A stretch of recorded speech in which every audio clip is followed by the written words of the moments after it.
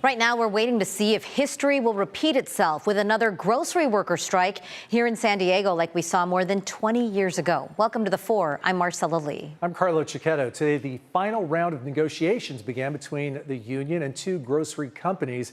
And if a deal isn't reached by Friday, the workers could go on strike. CBS 8's Kelly Hessedal joins us live from Hillcrest with the latest on negotiations. Kelly?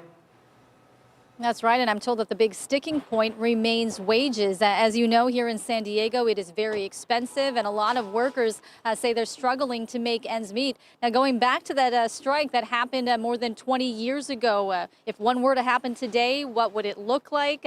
Would it be as bad? And I'm told that is not the case. Here's what one of the union members told me today. With an unfair labor practice strike, it doesn't mean that everybody goes out. So we can select how many locations go out, as well as which companies go out, as well as for the duration, how long we're out on the picket line. So unlike the 0304 strike, which was an open-ended strike, that lasted for months. And we covered the 0304 grocery worker strike extensively. So we have some video from 2003. That strike went on for more than 4 months. It was the longest strike like this in U.S. history. Grocery stores lost more than $1 billion in sales. Workers lost millions in wages, and some customers chose to shop elsewhere. So no one wants a strike, not the workers, not the stores, and not the customers. Fast forward to today, UFCW Local 135 was out at the Ralph's here in Hillcrest and at two other stores in San Diego, passing out flyers and talking to customers. Now, negotiations with Kroger and Albertsons have been going on now for months, and a deal hasn't been reached. Time is running out. They are in the last round of bargaining talks, which end on Friday.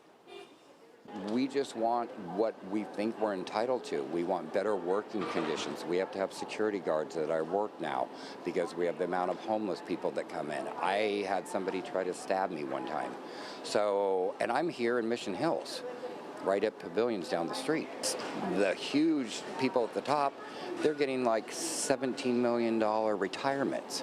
That's not fair to us. When we were the ones on the line during COVID, we got $1 more an hour.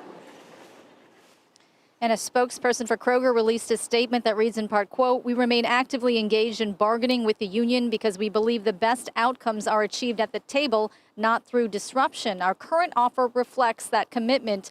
So back out here live, Albertsons released a statement as well saying they are committed to bargaining in good faith, too. They say that they want to provide a good experience for customers as well as workers. I'm told that the next update we get on negotiations will be on Friday. Marcella and Carlo. Kelly, what sort of reaction did you hear from customers out there today?